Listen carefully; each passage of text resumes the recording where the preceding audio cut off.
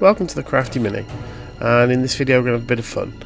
So I recently met up with a friend of mine and he mentioned that he was looking at doing a 40k RPG, and so immediately I'm like, right, well I want to make a unique character for that. And I'm a massive fan of Splinter Cell and the games, and Sam Fisher as a character, so I thought, right, I've had this Killteam Kaskrin box sitting on my shelf, do nothing for a long time. I thought, right, we're going to make Sam Fisher. So this video is going to be a bit different. I'm going to go through the building process and then show you the finished product at the end, rather than going through all the painting. So if you ever come to kit bash something, it's basically a case of using multiple parts, not necessarily kits. There can be bits of other things, you know, paper clips, bits of plastic, beads, whatever it is you might need, and then you put them together to create something that wasn't originally there. Now for this one, it's quite a simple kit bash, to be honest. The majority of the parts are from the Kaskrin Killteam. There's a couple of extra things which I'll go through in the video. So as you're watching this now, you'll see my sort of process as I'm going through, figuring out what it is I want and what I'm trying to achieve. And there's a couple of things, you know, that I glue together and I put on and things, and then I'll take them off because I don't like them.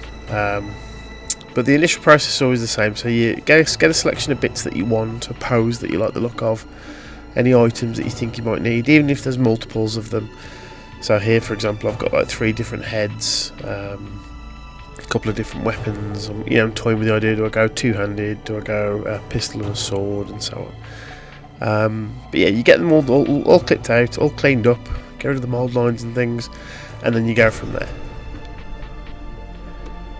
So in this one, I knew I wanted the a silenced pistol, because yes, it's like an iconic part of Sam Fisher's gear, and put some sort of scope on it.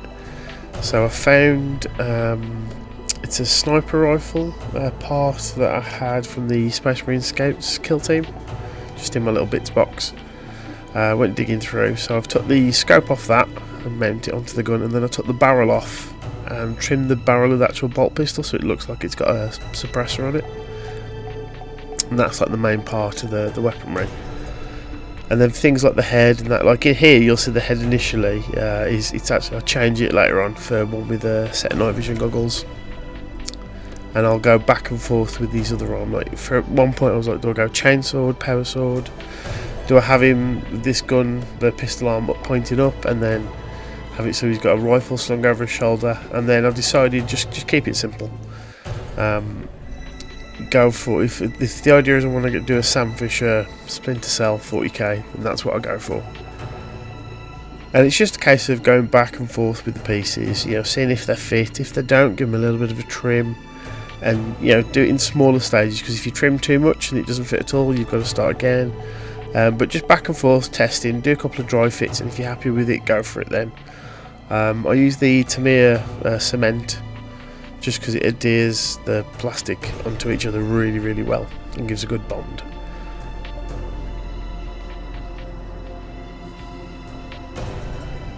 And you can see here, so I'm working on the pistol, got the scope and the silencer. Now the actual layout of the arm itself changes, and you can see there, so I've just tried to dry fit it, and there's a little nib on the back of the bolt gun, the bolt pistol, that I don't wanted to change.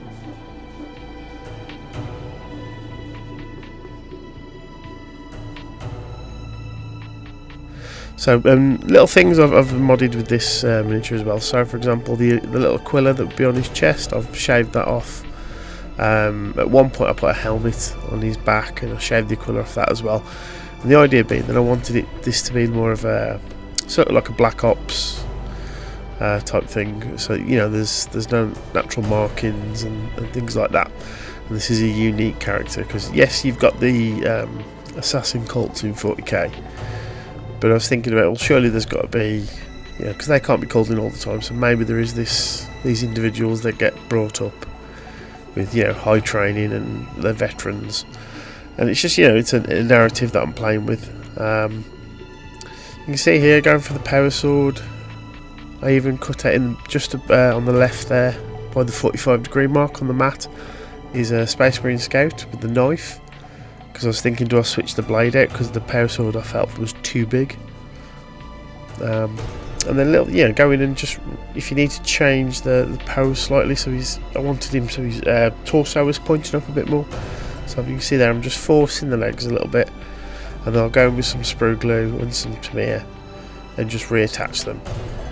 And it's just a case of just going back and forth, trying things until you get the pose or whatever it is, the sort of theme and style that you're going for on the miniature, and you get it the way you want. And like here with the pistol, I wanted it so it's lifted up, and he's sort of sneaking forward and firing a couple of rounds off.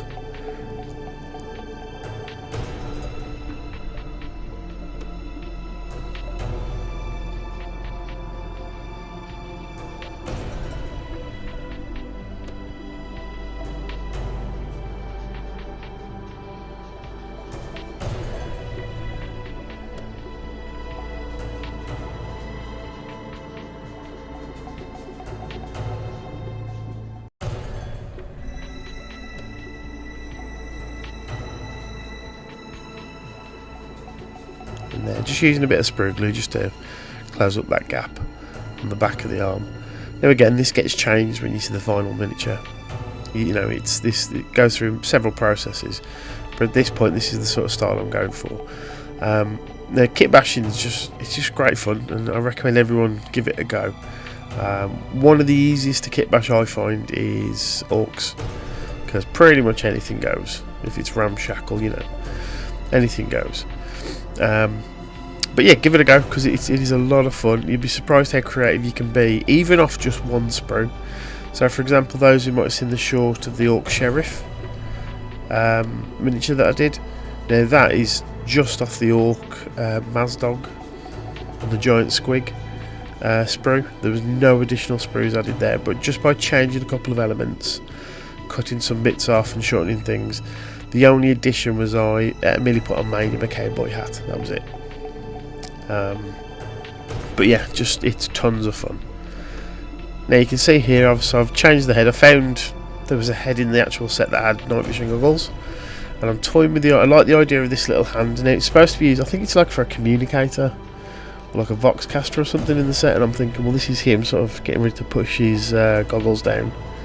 For those of you who've played the game, that's quite an iconic bit with that noise that peaks whenever he does it.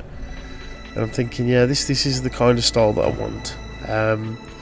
The only thing I'm having second doubts about is the silhouette. I don't like the backpack, so that's why I'm just putting a harsh line up there of the blade and thinking, right, I'll get rid of the backpack and do something different.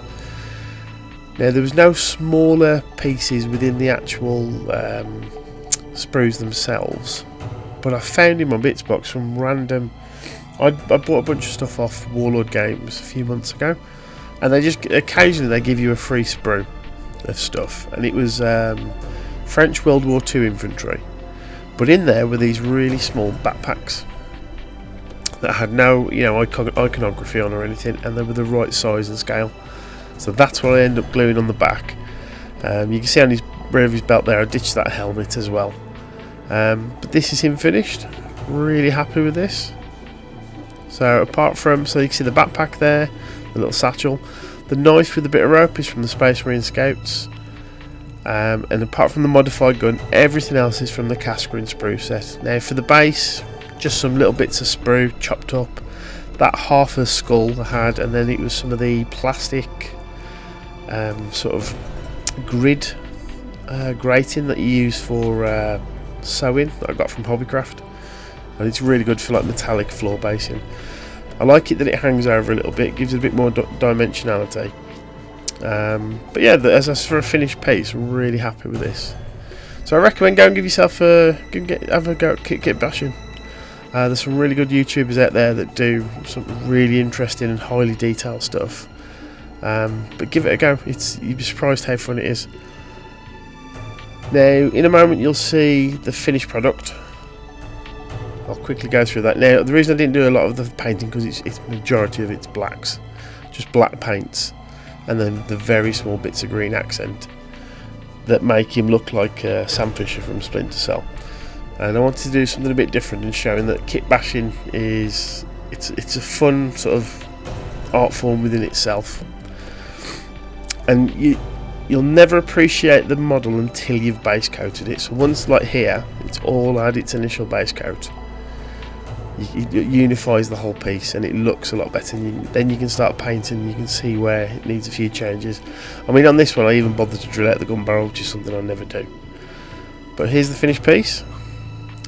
They're all different types of blacks with very few highlights, a couple of greys just to differentiate, and then just to make the different materials pop more is anything fabrics had a matte varnish, the armours had a satin, and then I've done a drop of gloss varnish on all the green lights and details. So he's even got his little green backlight that you see in the game there. And yeah, I thought it was just a really cool, interesting process. Really like this model, and I'll be using him for the upcoming 40k RPG that we're doing. But enjoy the rest of the glam shots. We'll see you on the next video, and cheers for watching.